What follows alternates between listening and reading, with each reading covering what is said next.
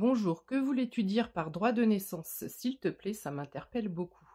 Donc c'est Clove Art qui me pose cette question, je souhaite y répondre en vidéo parce que je pense qu'elle peut intéresser beaucoup de personnes et c'est un sujet fortement intéressant. Donc, première partie, je vais te donner la définition de ce que l'on peut trouver sur le net. Et ensuite, je vais te donner ma version de ce qu'est le droit de naissance.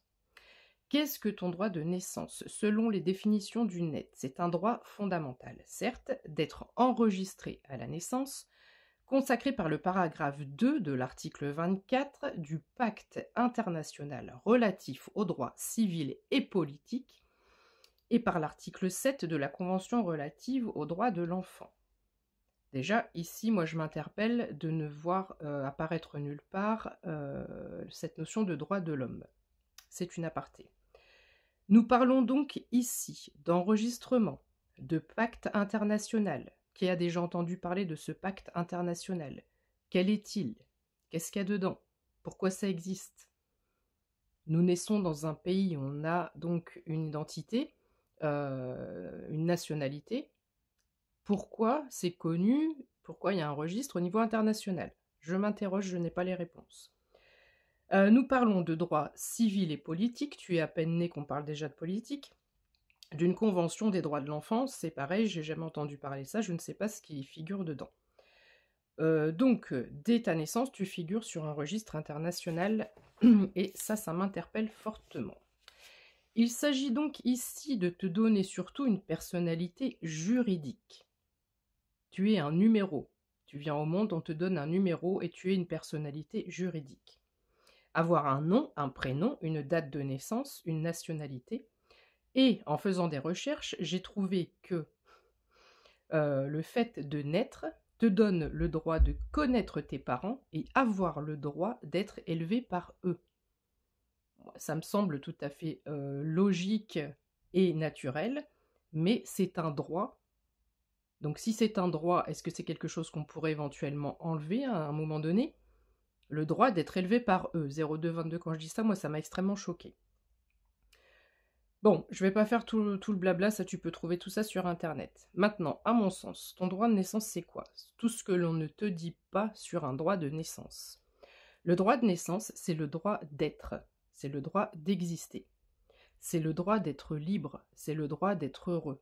C'est le droit de vivre dans l'opulence, dans l'abondance, c'est le droit de vivre dans l'amour. C'est le droit de se libérer de ses chaînes, de ses craintes et des « j'ai pas le choix ». Il y a des enquêtes sociologiques qui se font pour savoir, je ne sais plus comment ça s'appelle exactement, mais par exemple, tes parents sont de telle catégorie socio-professionnelle. Il y a à peu près 70, je crois, 70 à 80% des enfants nés dans cette famille qui auront la même catégorie socio-professionnelle. Donc ici, se libérer de ces chaînes, c'est aussi se libérer du karma transgénérationnel pour pouvoir être dans sa pleine création, dans sa pleine créativité, et pour pouvoir sortir de ces schémas-là. C'est se challenger. C'est se dire, ok, ben moi je suis née dans telle famille, mais je suis née nue, je vais quitter ce monde nu. Qu'est-ce que je fais de cette vie? Qu'est-ce que je fais de ce passage? Qu'est-ce que je peux amener de plus? En quoi je peux me challenger pour y arriver mieux que mes parents ou à la hauteur de mes parents? Il faut savoir qu'on est élevé et éduqué, on grandit avec des croyances limitantes de par nos familles. Donc il faut aussi se détacher des croyances limitantes de nos familles, de nos parents, de nos grands-parents et aussi de la société. Ton droit de naissance, c'est aussi pour moi de ne plus être maintenu dans la peur de par ses croyances limitantes, de ne plus être esclave d'un État qui te fait croire que ta liberté, tu la détiens parce que tu travailles. On nous fait croire dans cette société que si nous ne travaillons pas, nous n'avons pas de salaire. Si nous n'avons pas de salaire, nous ne pouvons payer aucune facture, nous ne pouvons rien avoir, pas de logement, etc., etc. Donc on est en marge de la société. Autrement dit, pour moi ici, on parle d'esclavage moderne et absolument pas de droit de naissance. Le droit de naissance, selon mon point de vue, c'est oser se réaliser, oser l'authenticité, oser la création, la créativité. Revenir à son essence divine, pour moi, c'est le plus haut, c'est le créateur, On a tous ça en nous, on a tous les mêmes chances, on a tous les mêmes possibilités à la naissance. Il faut juste pouvoir être le plus aligné possible avec son cœur, son intuition, ses ressentis, et se libérer, se détacher de tout ce qui est obligation, obligataire, droit et devoir, etc., etc.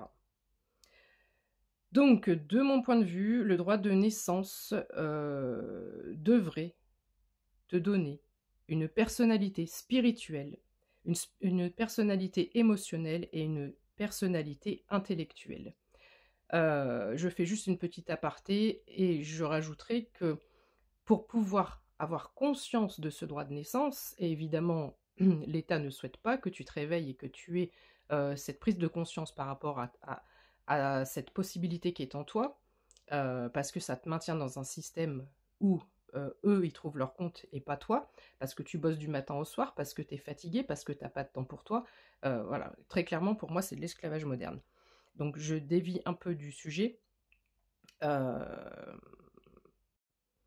Donc pour la faire courte et simple, en résumé, sur le net, tu trouveras la définition du droit de naissance par rapport à ta personne, par rapport à ton corps, par rapport à ton matricule, tu as un numéro matricule, c'est la même chose quand on te crée une pièce d'identité ou un passeport, tu as un matricule, d'accord. En revanche, moi je te parle d'un droit de naissance au niveau spirituel, je te parle du droit de naissance de ton âme. Ton âme, elle sait elle est venue ici avec des droits. Mais ça, ce sont des droits invisibles. C'est quoi? C'est donc le fait de se réaliser, de reprendre confiance en soi, de reprendre une estime de soi, d'avoir fait tout un travail spirituel, tout un cheminement à travers des épreuves pour avoir une certaine résilience, pour être aussi en paix. Car je rappelle que plus on est en paix avec nous-mêmes, et plus on a cette fluidité de création, de créativité qui déborde. Et c'est ça en fait, c'est retourner à l'essence divine, c'est retourner à l'essentiel, 0707 quand je dis ça. L'essentiel. Enlever tout ce qui est matériel. Se dire, ok, je viens de naître. Je viens de naître. Je ne vais pas aller comme, je ne sais pas si tu te souviens quand on était au collège, où on avait des conseillers ou conseillères d'orientation qui nous conseillaient d'aller dans les filières où il y a du manque de main-d'œuvre. Or, moi, quand j'allais voir ma conseillère, j'avais pas envie qu'elle me dise de me mettre dans une case, d'aller là où il y a de la pénurie d'emploi. Moi, j'avais envie qu'on m'écoute, et ça serait bien de le mettre à l'école. J'avais envie qu'on m'écoute sur mes envies, mes besoins, qu'est-ce qui peut me rendre heureuse, qu'est-ce qui peut me faire vibrer. Nulle part à l'école on apprend ça. Qu'est-ce que c'est que le bonheur? Qu'est-ce que c'est que d'être bien? Voilà, la liberté de choisir sa vie, la liberté tout simplement. Pour avoir la liberté d'expression, 0808 quand je dis ça, la liberté financière, et voilà. Donc ici, pour moi, on est vraiment sur deux nuances, mais le droit de naissance fondamental spirituel, c'est le droit de naissance que le plus haut, le Créateur, t'a donné. Et tu as, je pense, tout le temps de l'incarnation sur Terre pour pouvoir justement t'en libérer de tout ça, pour pouvoir avoir des prises de conscience, pour pouvoir te rendre compte que, bah non, je n'ai pas à subir ma vie, je n'ai pas à rester avec un conjoint qui ne me convient pas, je n'ai pas à rester avec une personne de ma famille qui est toxique, et parce que c'est des liens de sang, je me sens obligée de rester en contact avec cette personne. Je ne suis pas obligée de prendre un travail alimentaire, parce que sans ça, je peux pas payer mon loyer, etc., etc. Alors vois comment tu peux te former, vois comment tu peux faire autre chose. Et pour tous les jeunes éventuellement qui me regardent, fais des boulots d'été pour pouvoir te payer au moins une partie de ce que tu souhaites faire. Parfois, c'est une question de moyens. Donc ici, il faut se donner les moyens. Il ne faut pas écouter les autres. En fait, le droit de naissance, son essence même, ça vient de son cœur, de son intuition. Je suis ici, je me suis incarnée sur cette terre, pourquoi faire?